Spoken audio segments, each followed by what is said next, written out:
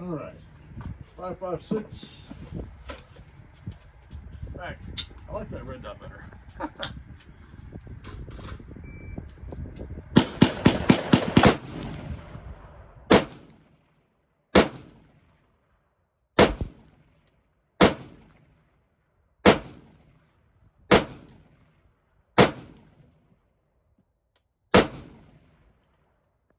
Yeah, I like it. Good lock back.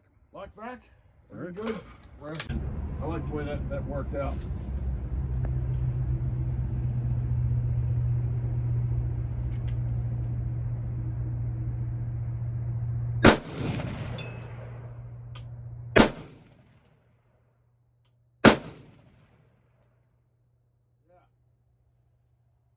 It just feels nice. There's not a lot of recoil at all. With that super aggressive compensator and then that Odin Works buffer, it's managed that it shoots really flat. I like it. I like it a lot. All right, 5 rounds back in the berm, and we'll see if we can run this trigger. It's just mil spec, so it's not aftermarket drop-in or anything fancy. Just a mil spec.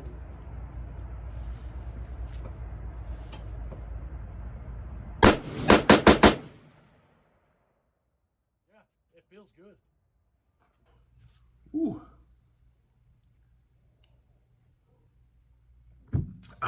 Hey folks, Adam with 4 Delta. Cold day in Tennessee this morning. I'm here in the shop, the garage, and I've got my green lightweight mid-length carbine hybrid. So call this one the Greenie. I like that green color. I've had a couple of Greenie rifles, but this one's a lot of fun to shoot. This was something left over from 2025, and I kind of wanted to clean out the safe, and I saw this sitting in there, and I never quite got out to the range with it. So I was able to go out with a buddy to the range on Tuesday, and luckily we had the place to ourselves for a while, and had a lot of fun with this project. So show clear before we get started there. This was something I built just to kind of bridge the gap between a carbine and a mid-length system. So it has a carbine gas system with a 14.5-inch barrel that has a comp on it that has been pinned and welded to make the rifle barrel length. The minimal legal requirement is 16 inches. This one comes out to a little over 16. So we have a lightweight rifle that acts like a carbine, but technically is still classified as a rifle. So kind of bridging the gap there. And it's actually really comfortable to shoot. I wanted something lightweight, but wasn't real snappy.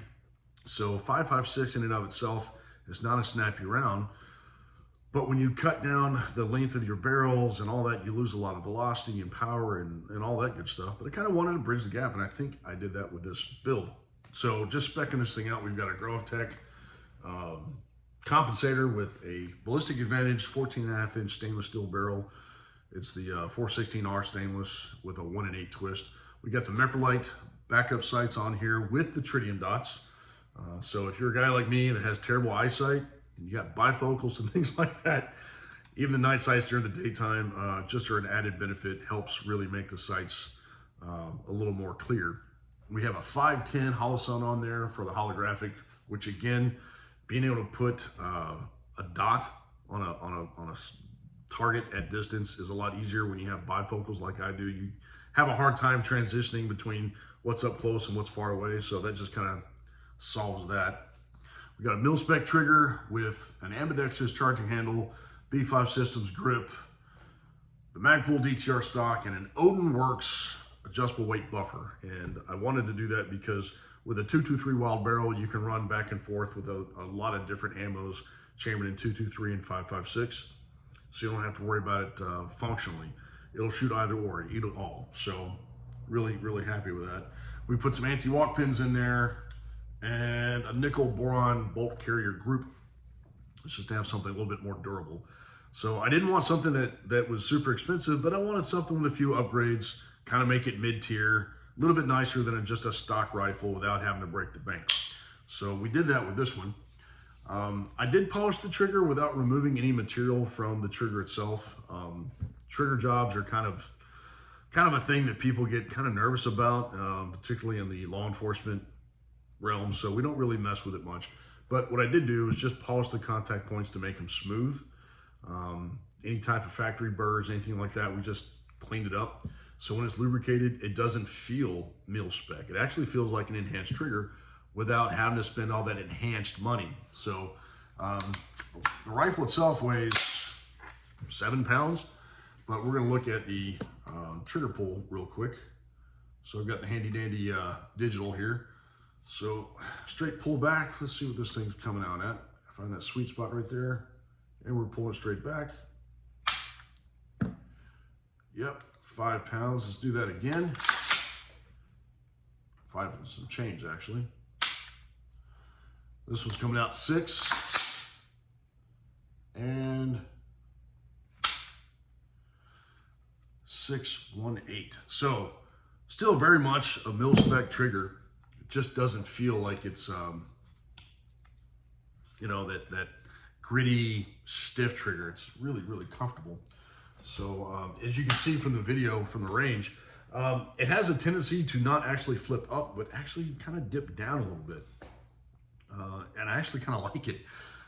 For an old guy with bad eyes, target acquisition for a follow-up shot's a little bit easier when you're not having to bring the rifle down and try to find your target again. It just makes it a little bit easier to shoot. And with it being polished without removing the material, you have to keep emphasizing that, it did want to go fast. This one wants to run, you know? If I had more time and infinite resources, I would probably do a couple more hard runs on it. But, you know, 50 cents a shot is not cheap anymore. So overall, I think I was able to bridge the gap. Pulled out the scale, it weighs 7 pounds. It shoots flat, it's lightweight, it's comfortable. When you pull this up to get a sight picture, it feels very comfortable in the hands. The sandpaperish grip wasn't too much for my hands, even on a cold day. If you shoot barehanded like I do, I don't really shoot with gloves. It was comfortable. And the adjustable stock is nice, but overall, I think I did what I sought out to do. So we kind of made something that was lightweight, kind of a hybrid between the mid-length and the carbine length, and shoots really comfortably. If I'm going to give it any type of hard criticism, I would say that because of that super aggressive compensator, it's really loud.